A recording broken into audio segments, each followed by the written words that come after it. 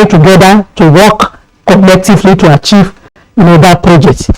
If all things being equal, the contract, the extension is for the period of 18 months. That is, within the next 18 months, we are in the first quarter of 1.5 years. 1.5 years. 1.5 years. All things being equal. Okay, so what's the guarantee now? Because the previous contractor that has been on the project for 35 years is still a part of it now. So why is the ministry still staying with that contractor? Because I'm sure that besides maybe government not meeting up with funds, there are certain parts of the deal that the contractor also failed to meet up with. So why are they still part of it? And how is that guarantee they will deliver now? Yes, the contractor implements it.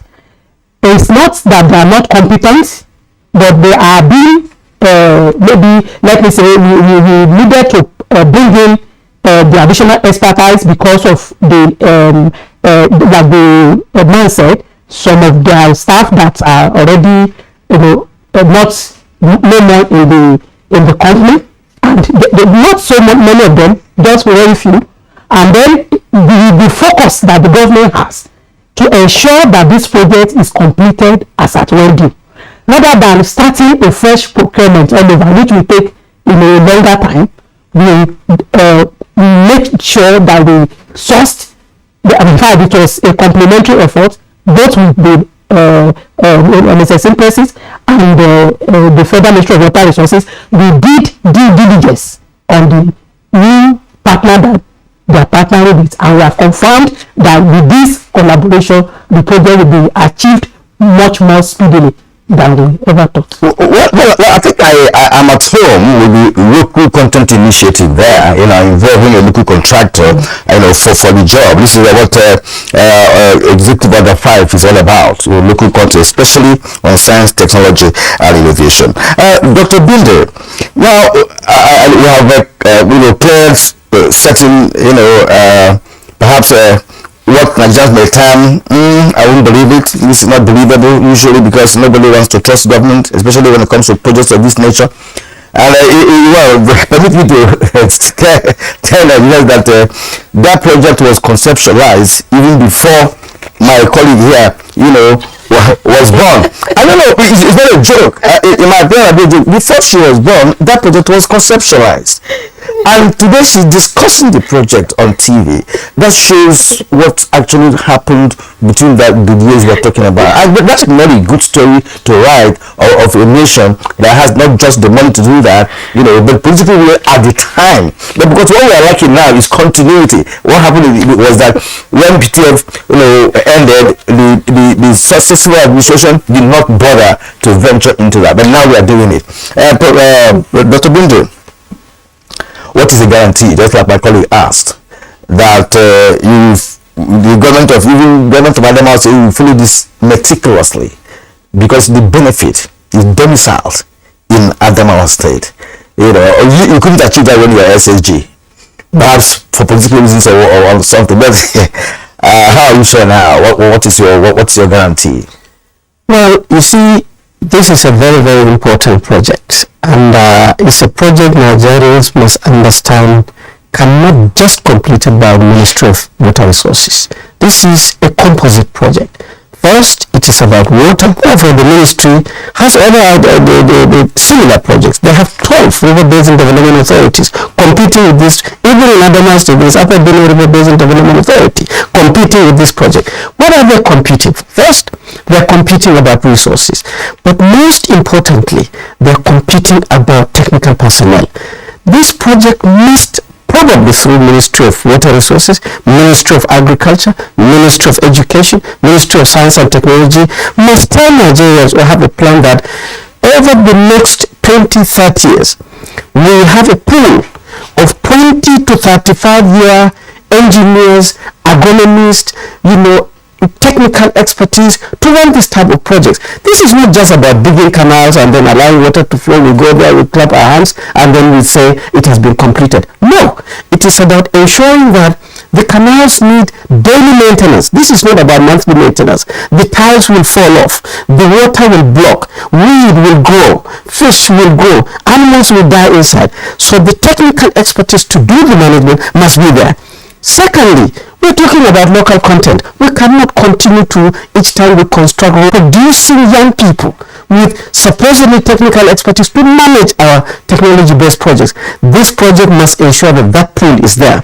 Two, the things to happen there, the plants, the flora and fauna. We have biotechnology research institutes. We have, faculties of agriculture, faculties of engineering and all that. The work must be able to concentrate on these projects to say that, if it is rice, we are going to have a 2 months rice variety to mature and grow. This is how to produce food. This is how to produce raw materials for our industry. And then the third level is that processing and sustaining the whole project has to also happen. This is about engineering, about technology, about research. So to me, the whole project is about being composite. We must also demonstrate, not just to this president, but to the next president, that we have the partnership and synergy energy in this country. We must stop from operating in islands, thinking that, this is my project and I have to do it. There's no project that can be implemented by just one ministry. Agriculture must be seen in this. Science and technology must be seen in this. Education must be seen in this. Youth development must be seen in this. Social systems must be seen in this. This is what is going to finish, run, management and sustain these projects. And it's not just about money. Okay, thank you so much, Dr. Umar Binder. Before I ask my next question, which will be to Ibrahim Haman in Yola, I'd like to respond to Karen. First and foremost, you have access to my birth certificate, and if you do not have access to my birth certificate, I'm a journalist like you are, so we don't disclose our sources of our information. Okay, then maybe I'll take you to court in that regard, so that we can argue this out. I'll show you more when we get there. Okay, well, we're talking about this project, Ibrahim Haman song. I'd like you to respond to me now. We hear that the process or where this project is supposed to go through, people have encroached on it, people have destroyed certain things and all of that. How optimistic are the people, around where this project would run through about it? Because I'm sure that besides maybe government not meeting up, the contractor not meeting up, I'm sure that people also have a role to play in ensuring the completion of this project. Are they really excited about it? You and Yola, tell us, is it that they want it to come to fruition, or is it that people around this project just don't see the need and may not want to give government and the contractor the needed support? What's the position at the moment in Yola? Adamawa song. The people around and the project team are readily optimistic that this project is achievable. The bulk of the work on this project is the movement of the earth and then excavation of the soil and then building the embankments around to make sure that the infrastructure to irrigate 1,200 hectares is available, and the land leveling also is there. So the most important thing is that the contractor having the equipment to do these jobs, and the equipment, I mean the excavators, the graders, the bulldozers and what have you, for the movement of the earth from one point to another, and then for the leveling of the land. 1,200 hectares leveling is not a joke. It can take more than 2 years for you to level 1,200 hectares. As you know, during the rainy season, they may not likely do the work because of the rains. So this also will affect their own achievement. But if they are planned very well during the dry season, they will be able to achieve as much as they want to achieve before the rains start. And the people around are actually optimistic because they are long time ago waiting for this project to be completed. You can see even now, with the project not completed, a lot of people are farming around the area from Yola, Jimeta up to Fufore area, you see a lot of farmers that are drilling boreholes to farm rice and many other vegetable crops. So I think people are optimistic, people are ready, people are supporting this project, and there will be no problem in terms of the community at all. Okay, I will remain with you, Mr. Song, because I want some other clarifications, with respect to the project proper. Let us have an understanding of this. Is there a pool in the area? Are you going to source water from underground water? Is it underground water or surface water?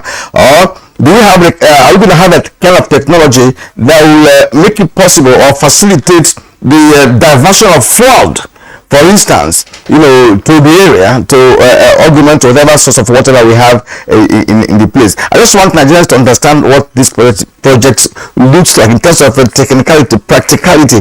Is it water from underground? Is it surface water? Are we going to trap water or divert flood to the area, or what? Let us go technical now. Perhaps Dr. Bindo, our engineer, Olvini will also talk on that.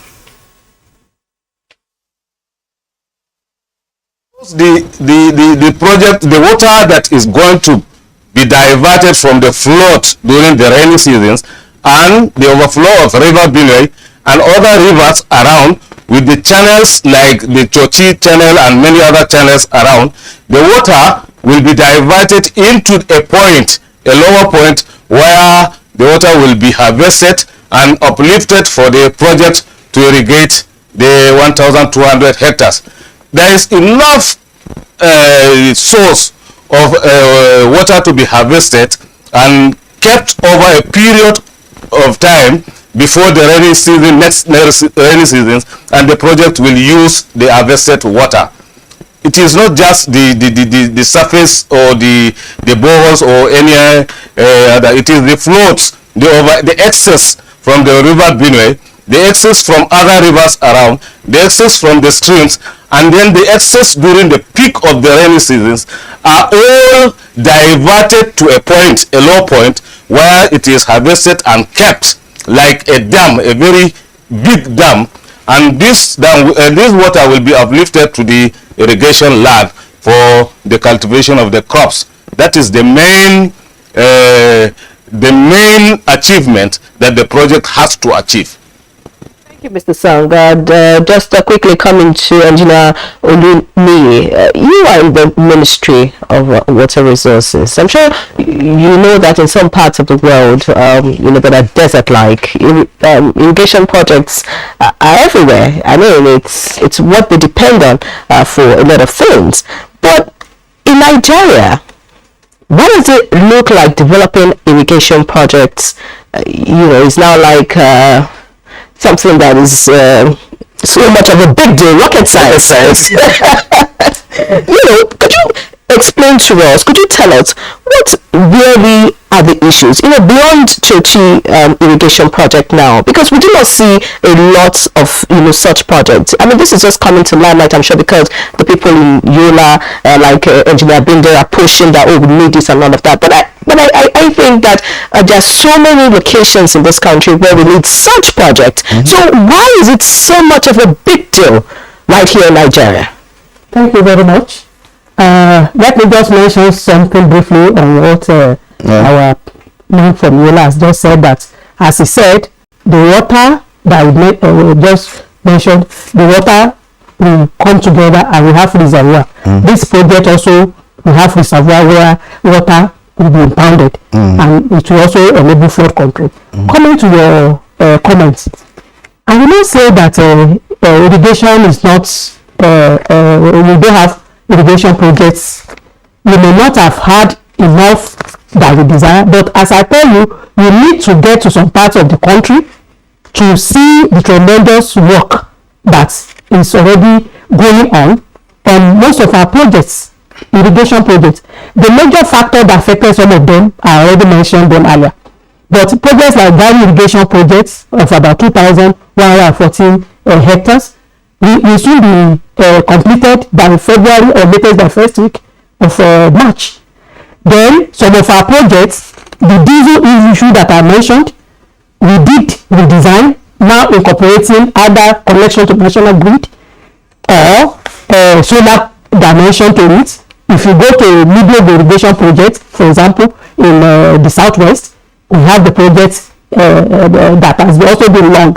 But now, based on the priority that we set, it's also one of the projects that we are going to proceed with, rehabilitate, and move forward with it. We are connecting the project to national grid, as well as complementing with solar energy.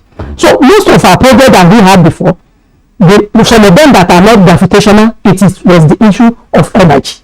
But now, with the new move that this present administration did, some of them are now going to be complemented with solar energy as well as national grid where feasible. Like SAPK irrigation project, we already installed solar PV system there that is powering water to the reservoir. But we are not yet there yet, as we mentioned. And this is the collaborative effort. I want to encourage Nigerians that we need, to really have irrigation as our main focus now if we want this country to exit from dependence on petroleum products, which is no more also paying us. We need foreign exchange earnings. Exactly. As we said, places like Morocco, you see irrigation everywhere. Ranging from mainly micro irrigation projects that even maximize the use of available water. Irrigated agriculture should not only be promoted by the federal government, but the state government should also come into it, as well as the local government. When you travel kilometers, you see irrigation projects spanning the length of the road, left and right. Many of them grow what they eat, and they eat what they grow through irrigated agriculture. Irrigated agriculture enables all year-round farming, thereby providing opportunities for our youth that are come out. You don't even need to bother to be looking for a white-collar job. When you are into irrigation development, even if it is micro, you are good to go. You will just be meeting the demands and targets. And that brings me to the issue of land. Sometimes when we want to develop irrigated agriculture, some of the farmers, they feel insistent to even make the land available for improvement or deployment of these facilities. Maybe they think, we keep sensitizing. This project is yours. We are improving the land. Like the equipment that we have talked about, some of the land they are encroached into. You see estates all over where it's designated to be agricultural land. That is where we also need the intervention of the state government. Yes. Any area designated for agricultural purpose, they should not allow individuals to use when it comes to land use. The land use should be defined. This area is good for agriculture. Let us face it squarely. This country can produce enough food not only for ourselves but for export. And we earn foreign exchange. People all over the world will be coming here to get their food. We'll be selling food to them. But it is a collaborative effort. Yeah, madam, fantastic. I'm with you in all of this, because you've made some critical points. So it's not yet a huru, right? But again, something is being done. I want to appreciate the fact that the current administration has done something totally different from what our government did with respect to water resources. Because I was privileged to cover water resources for a while and understand the huge burden that you have with respect to the issue of irrigation and other matters affecting water supply. We will return to some of these issues much later. But now I'm interested in this issue of energy. Okay. The energy sourcing. Dr. Bonjo, I was privileged to be in Kibuk. Kibuk is somewhere in Israel. These are sort of Israelis that returned to desert before 1948 when Israel was created. But I had this community thing about them. That the leader of the place told me that they have cultivated over the years drip irrigation. They are claiming to be the founders and the originators of drip irrigation, giving the plant the only water that it requires, not to water the entire land, but plant after plant, or have it and stuff like that, which can be done, as Madam said, at a micro level. We can do that even at our backyard. simple technology. In China, it is there. Families have irrigated farms behind their backyard and all of that. Now, talking about energy, I'm talking about the solar. It's very huge. It's humongous in terms of monetary value. So how do you go about that? Well, you see, like I said before, this is a composite of so many actors and bits and pieces. First, based on what Madam submitted about state governments, I think Adamawa state government must be more serious.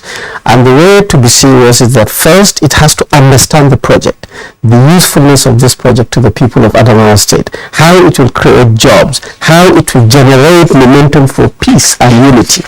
Two, it has to, although Chochi is brand of federal government project, and normally state governments stay away from federal government thinking that federal government has all the money.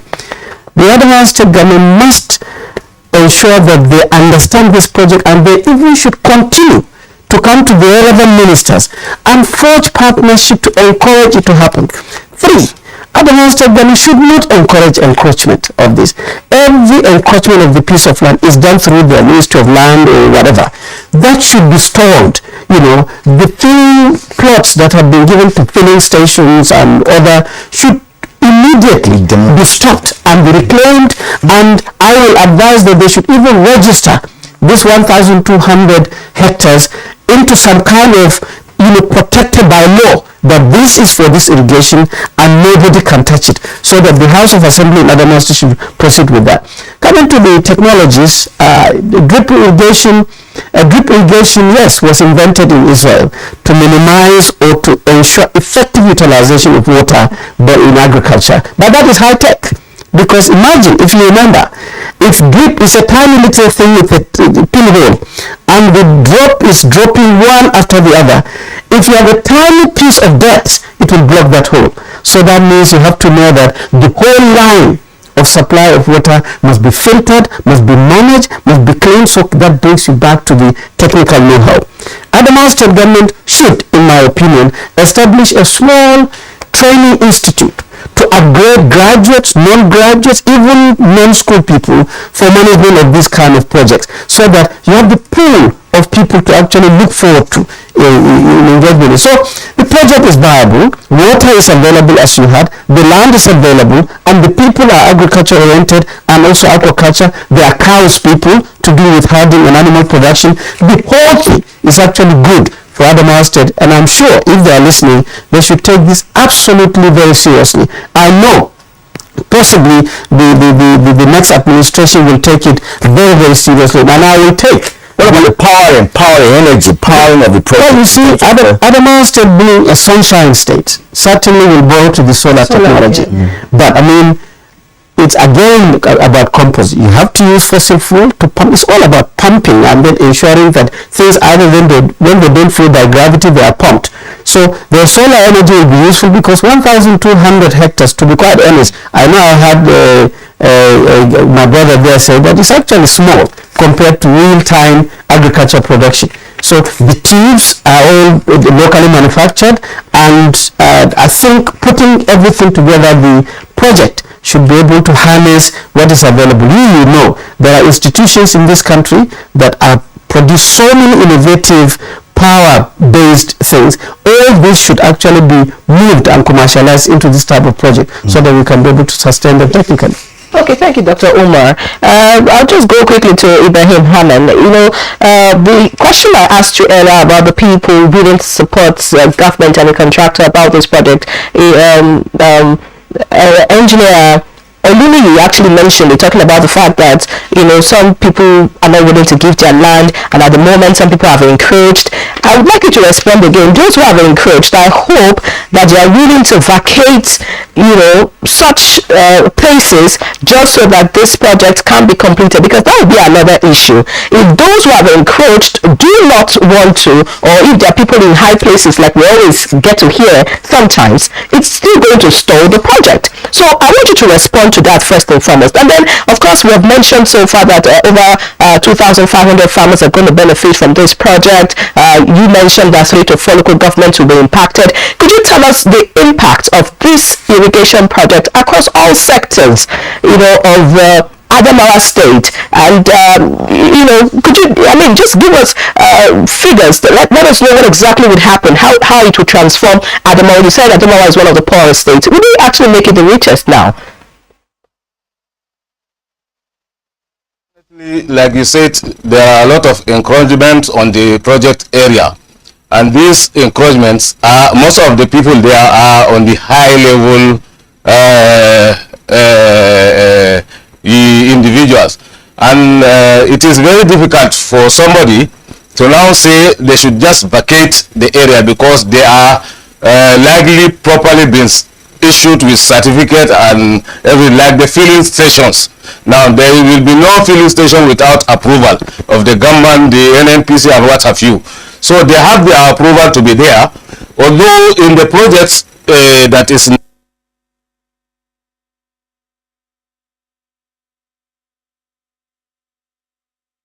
we are beginning to have a challenge getting the audio of Ibrahim Ahmad Adama's song. And that's a very important question my colleague has put to him. I hope we can get him reconnected to get the answer. Very important answers. Anyway, it's about time for us to have a short break. But I don't want to believe, or maybe many Nigerians will also not like to believe, that because somebody is highly placed in society, they will now go and encroach into a land. Somebody issued CFO. It's not God, but a human being that did it. So somebody should also say, look, this CFO was illegally done. When do we begin to do the right things in this country? Because somebody is highly placed, he encroached in government land, a land provided for agriculture, which he needs to survive. And he go there and build a filling station, and he knew that that place has been slated for agriculture, and he went and met those concerned, paid his way into having it. As a matter of fact, if I had the wherewithal, I would demolish the area. I'm telling you, that's the only way to get it done. You're watching Good Morning Nigeria on NTA Network Service. We'll take a short break now. We'll be back very shortly. Stay with us. The security situation in Nigeria has been reasonably stable in spite of activities of unpatriotic elements engaged in various criminal activities around the country. Daily situation reports coming in from states. 2 months ago, it has shown relative peace on many of our highways, such as Abuja, Kaduna Birnin Gwari, Sokoto, Zamfara, Kaduna. This message is brought to you from the Federal Ministry of Information and Culture.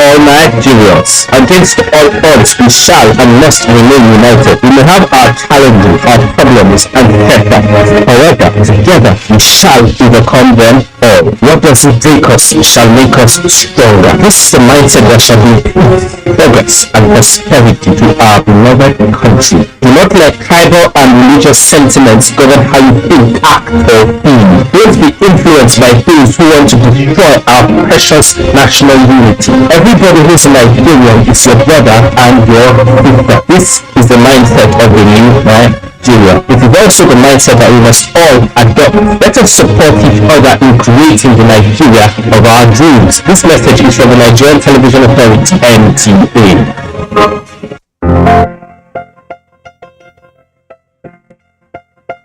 Everywhere you go, from banks to hospitals to public offices, mass transit stations, airports, and even telecommunication centers, senior citizens are treated as nuisances. They are not. They are senior members of our society, and they deserve the utmost respect. We shouldn't be having our aged fathers and mothers standing in long queues to withdraw their monies at banks. Our retired senior citizens shouldn't be caught standing in buses for lack of seats or chasing after one just to get to their destination. Senior citizens shouldn't have to sit long hours in hospital corridors with no geriatric specialist to attend to them. Our senior citizens deserve better treatment from all of us. They deserve to be listened to. They are deserving of seat reservations on public buses and priority attendance in public spaces. As young people, we are quick to say, no one owes you. This is not true. We owe the elderly members of our society a helping hand, our services, and respect.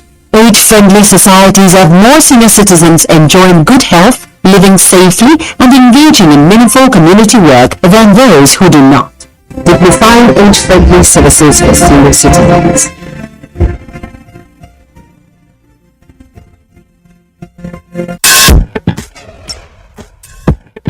Positive for the play here for Brighton straight away. Stick advantage, Lucas! Liverpool back on level terms. Fantastic finish by Adamawa. Salah in 2-0. Tottenham architects of their own downfall. A dire mistake in every sense. Sportybet sponsors coverage of the English Premier League.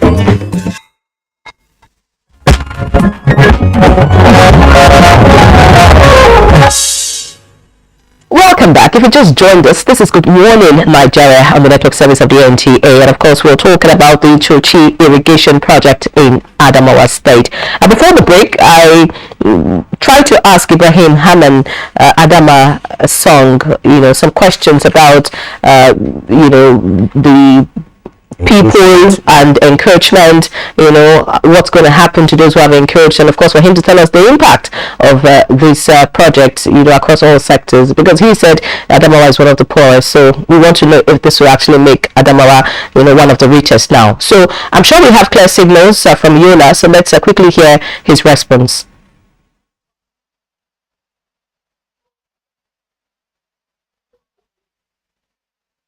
You see, like I said, many of them have been somehow, led by some of the government officials to be given the land there by also approving with their own certificate of occupancy. But the most important thing is that where the diversion has to pass through to the lowest point, for anybody who has any structure on that point must have to vacate. That is, there is no two way about it. And those who build their houses around, they should know that even if they are not asked to go, by the time the flood of all these areas are diverted to the lower points, and there will be excess, and it is going to be in their houses. It's going to destroy them. So they have to leave. They have to leave by the project area. They have to leave. In essence, there is no reason why they should be allowed to stay there. First of all, they are going to protect them because it's for their own health, it's for their own security to leave the area. And then secondly, the project is important for over maybe 2,500 families. It's not for just few individuals. So they should look at it at that angle, not necessarily trying to protect themselves and at the expense of 2,500 families. So they definitely have to leave so that the project will flourish. Yeah, thank you very much indeed for saying that. I hope that every Adamawa person thinks in the same direction, because that project has to be achieved. From all indications, the government is doing something meaningfully different from what has been done over the years on the project. I'm still concerned about the technical aspect of this project, Dr. Omar Bender. We are hoping that the project will be completed in record time and that it will put into use for it to impact on the 4 category areas of Adamawa State. What I want to ask has to do with the technical aspect of it. You talked about training of personnel to man the project when completed.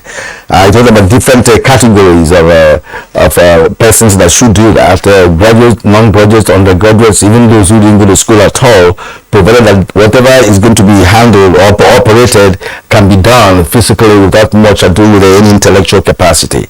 All right, so how would this be organized? You're advising Adamawa State government to establish an institute to that effect. What is the possibility of that? I mean, to train people specifically for that purpose? Well, I think at all levels, Adamawa State should take it very, very seriously. Like my brother Ibrahim said, it's one of the states that have a poverty incidence of over 75%.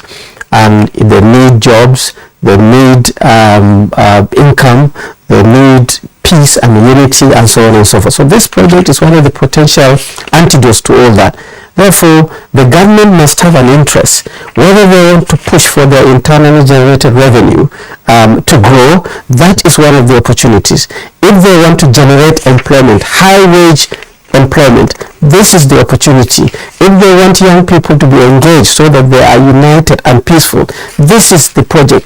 If we want to also be known as a branded state that is exporting quality food products to other parts of the country, possibly even to out of the country, that is the project.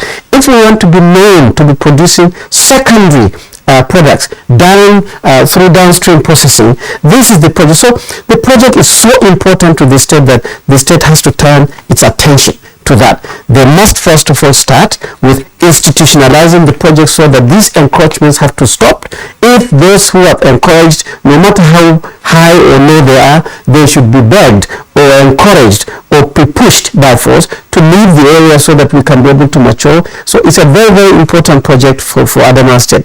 But at the highest level, the federal level too, the managerial input into sustaining the project has to be raised high. The management of that project, the office of that project, the reorientation requirement on that project, all has to happen from the federal government. And then certainly all these players that we're talking about, from environment, agriculture, water, they're all present in the state at the federal level. If you go to the federal secretariat, you see them. There should be a strategy to make them come together. In fact, personally, Kirian, I'm going to encourage soon that I will go to Yola, I will partner with Ministry of Water Resources and Agriculture. We will float a summit, a conference to the Chochi project, so that we invite all stakeholders so that we can share this information and then help our government to make sure that we take the best merits and benefits of the project for our development. All right, before I go to Engineer Oloniye, Adama Song didn't respond. You are from Adamawa State, and you heard Adama Song say that Adamawa is one of the poorest. So are you very optimistic that this project will take Adamawa out of that state? Adamawa actually is a very surprising state. We have the largest numbers of cattle at state, yet we are very poor. We have one of the largest, the director will tell you, of the source of water resources, fresh water resources, yet we are poor. Something is wrong. And what is wrong is reflecting on these resources to take advantage of them. And I think this project is one of those reflections. And I'm sure we will all, as technocrats, as leaders in the state, and as stakeholders in this project, will actually show interest to push it forward. All right. So yes, Adamawa is optimistic that they will become rich when this project is completed. But it's one thing to complete projects in Nigeria. This project has dragged for 35 years. And like Karen has mentioned, some people were not born. Now they are adults and probably having children. So it's not just about completion. I asked you earlier about irrigation projects across the country. Could you tell us, how will this project be maintained? Because sometimes you get projects started and after a couple of years, it's not functional anymore. What's the plan really for this project in terms of maintenance, and then some other irrigation projects that you claim are functional at the moment? How will they be maintained to ensure sustainability? Thank you. I want to express farming irrigation management in Nigeria. And under that project, we have some that have already reached completion level. Some will be commissioned. A particular one will be commissioned by the end of this month, by the grace of God. And it's a huge project for that matter, whereby the management structure is being put in place for each project that we now engage in or develop. After the development, even before, the farmers are constituted into Water Users Association.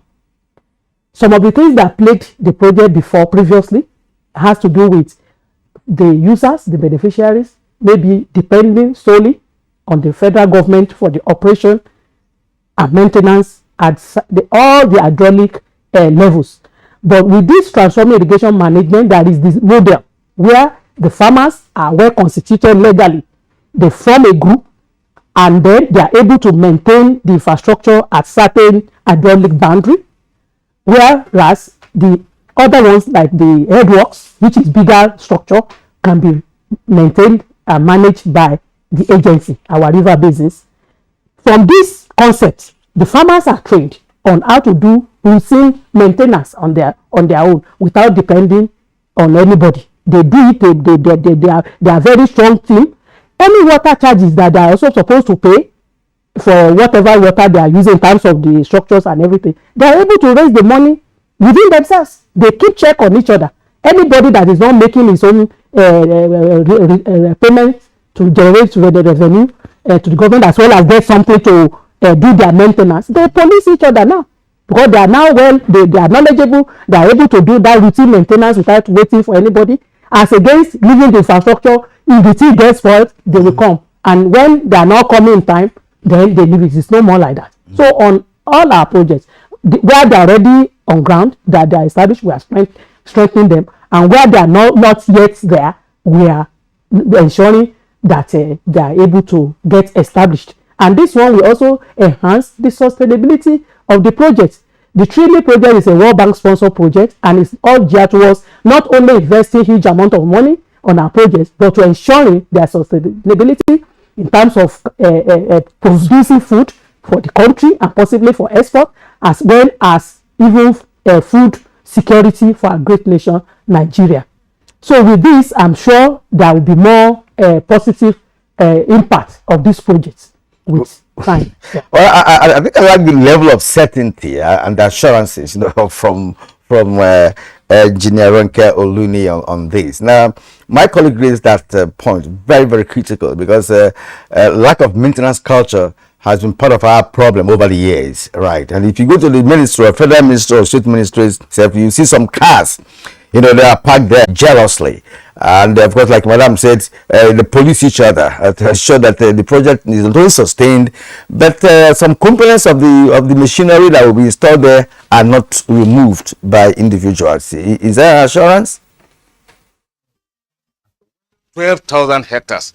Talk less of 1,200 hectares. If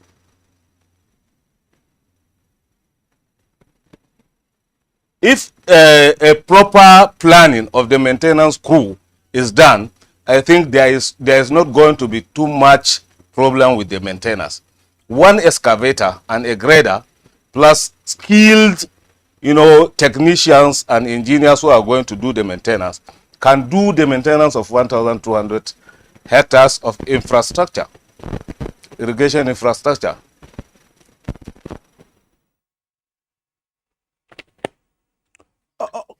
Okay, I hope it's not like a challenge now that stops him. Maybe he ended what he was trying to say. Henry, you want to say something? Yes, and I'd like to ask Dr. Uma Brinde. You were a former SSG in Adamawa State. I would say that you were part of an administration that could have completed this project or could have pushed, because you mentioned that you support Engineer Oluni as regards state and local government being a part of this whole process, so that things are done as fast as possible. Could you tell us, as at the time you were SSG, what really were the issues that stopped your administration from ensuring that this project was completed? It's important that you mention, just so that whoever is there now, or those to come, can learn from maybe some of the challenges you may mention, or what it is that stopped your administration from ensuring that you deliver this good, because according to you, this is a good that will benefit the whole of Adamawa State. What stopped you from your administration at that time from ensuring the completion of this project? Well, actually, I don't think state governments for this type of very heavy funding projects will even look at it, because you have so many other projects. Your schools are bad. You're trying to give boreholes and wells to people to drink water. You're trying to ensure that people are employed through your micro agriculture projects. And then all you do is you become a spectator to these projects because it's the federal might. And particularly this church, when you go, you see the canals, you see the empty space. In fact, what we contribute more is literally to complain. Complaining about what is wrong with the federal government, that they have not finished this project. It's like we're just waiting for it. But this has to change because of this experience. If you're just waiting there and then you get frustrated to the extent that you now open up the land for encroachment, that is negative thinking. So the review, just like the federal ministry has reviewed the project and now is injecting resources, there should also be a lot of reorientation and information flow and synergy strategies to ensure that the state government wakes up to understand that, hey, it's not just federal government project, it's your project too. You need to participate. Even if you don't give funding, don't allocate land to people to encroach. Even if you don't fund it, when we put infrastructure, help us with the basic security to ensure that things are not destroyed. Even if you don't fund, when there is anything, whether there is big flood or whatever, make sure that we know that synergy is important as a participation.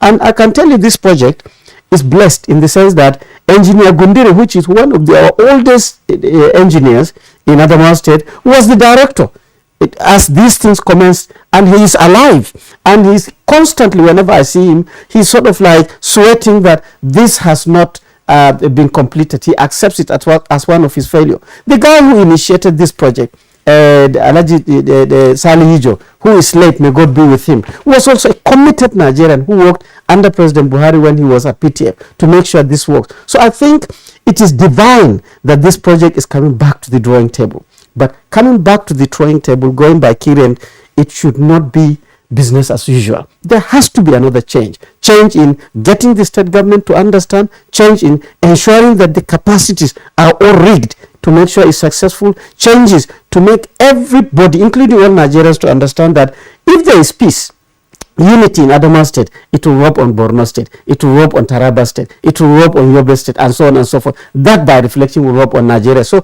this is a very critical project, and I hope that it will work the way it has been revised. All right, you hope it works, the way it's been revised. I just quickly want to hear your thoughts as regards, how state governments should function. Because you said that during your time, when you were part of the administration, during your time, you had other projects that you had to focus on. But that did not improve the state of Adamawa. Because still today, it has been mentioned that Adamawa is still poor. So it means those other projects that you focused on did not improve on the well-being of the people of Adamawa State. Do you think that state government should focus on things that would not improve on the livelihoods of their citizens and focus on projects like this? Because if people are empowered, if the farmers can now farm, export, they have money, they can afford to pay fees, they can afford to do certain things. If people are busy, they do not have time for criminality and all of that.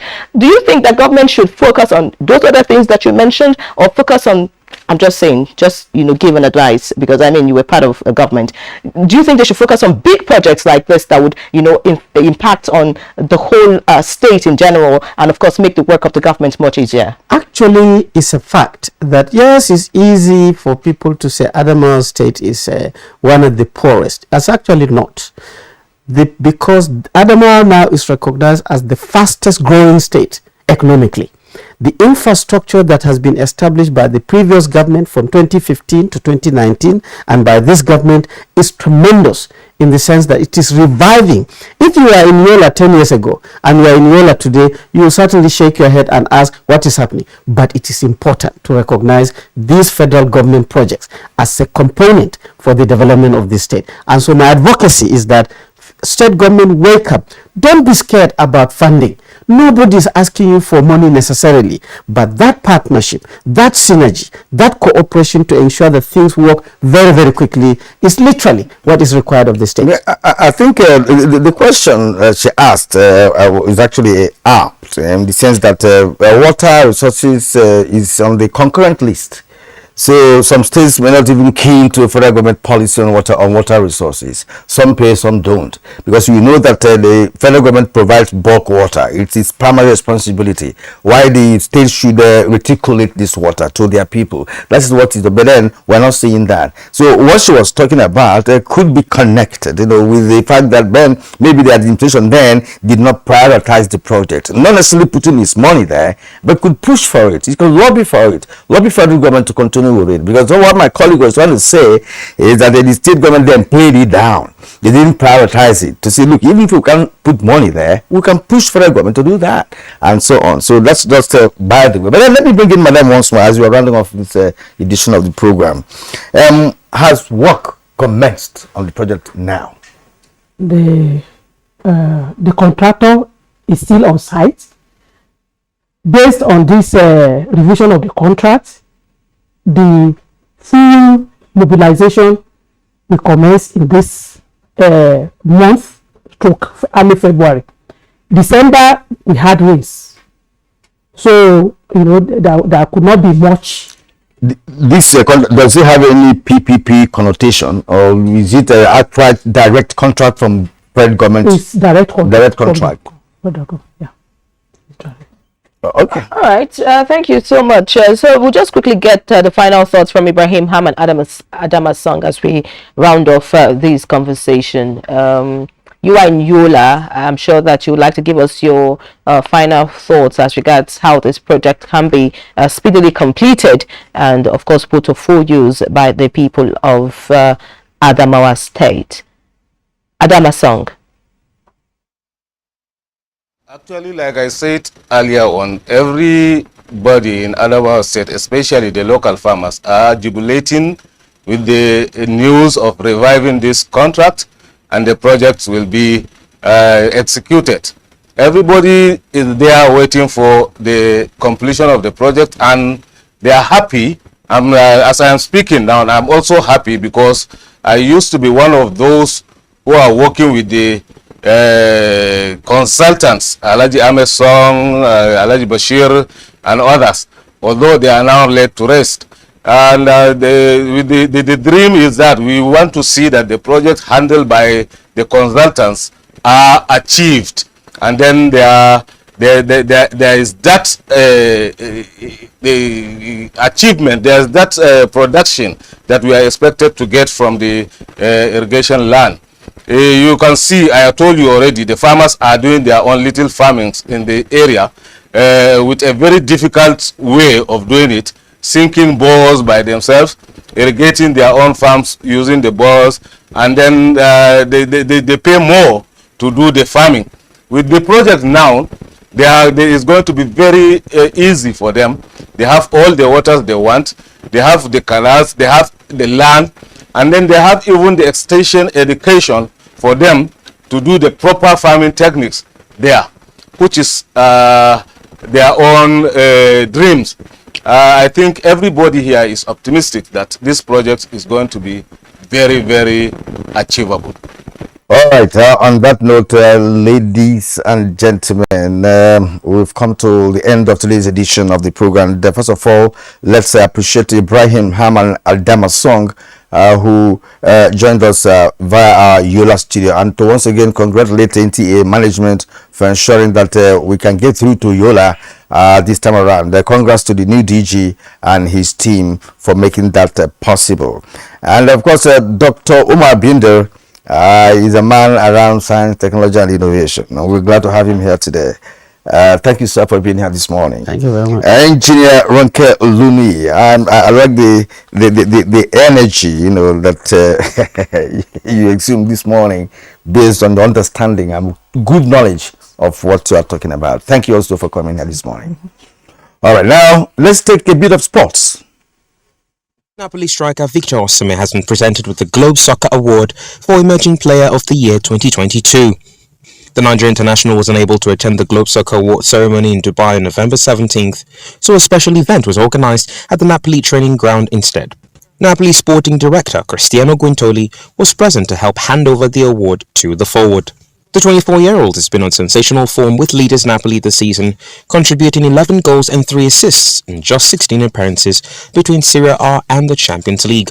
His contract runs till June 2025, and there have already been reports of offers over €100 million from the likes of Manchester United and Arsenal, but Napoli have no intention of selling their star man.